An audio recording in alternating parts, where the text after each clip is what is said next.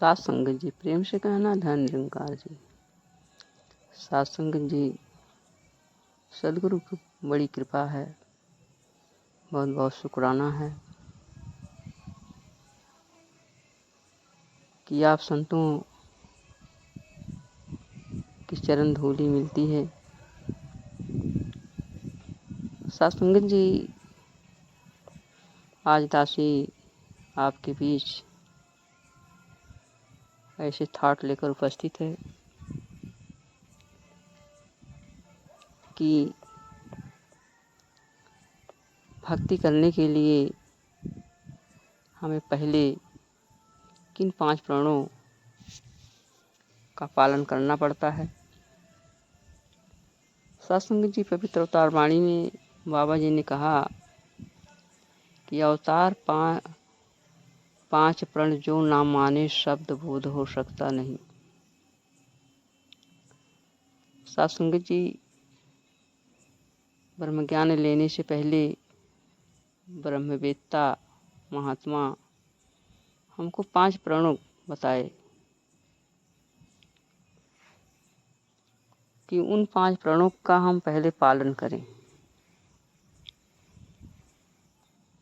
जब तक हम 5 प्रण का पालन नहीं करेंगे तब तक हमें जो ये ज्ञान खोला जाता है, इस ज्ञान को हम अच्छी तरह से प्राप्ति नहीं कर पाएंगे।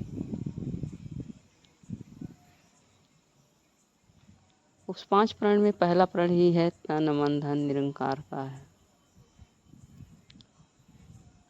सत्संग जी जाहिर सी बात है कि तन मन और धन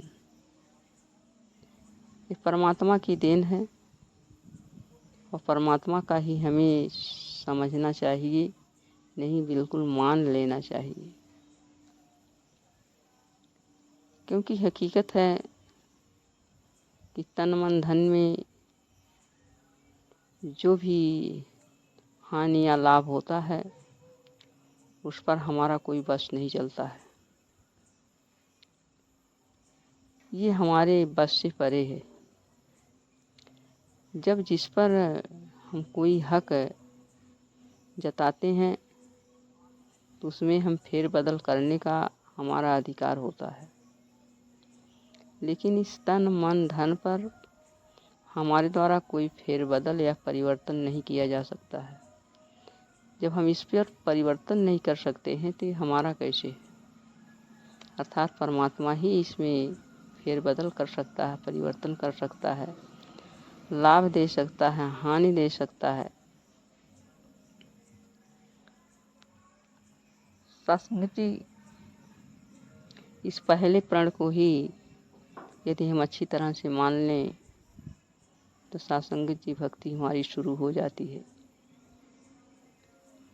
सदगुरु माता जी अपने विचारों में फरमाया है कि यदि शर्ट की पहली बटन सही लग जाती है तो अन्य सारी बटनें अपने आप सही लगती चली जाती, और यदि पहली बटन ही गलत हो गई तो अन्य बटन अपने आप ही गलत हो जाती हैं।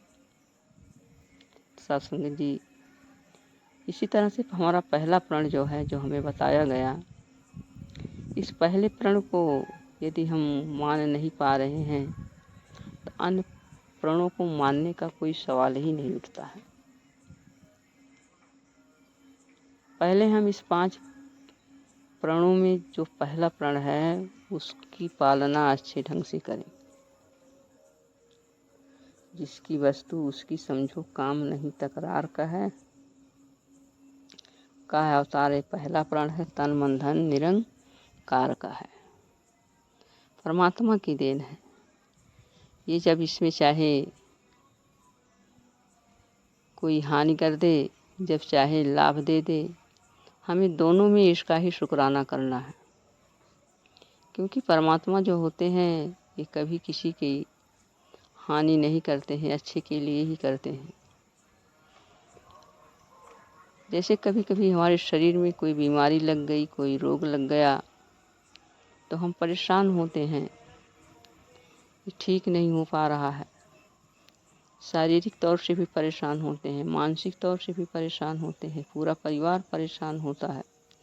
इसके पीछे धन भी खर्च होता है, लेकिन साथ संगत जी होता वही है जो मंजूरी खुदा होता है। जो ये चाहते हैं वही होता है, और उसमें भी एक राज छिपा होता है। साथ संगत जी जो कुछ हो रहा है वो अच्छे के लिए हो रहा है, और जो होता है वो उचित समय पर होता है।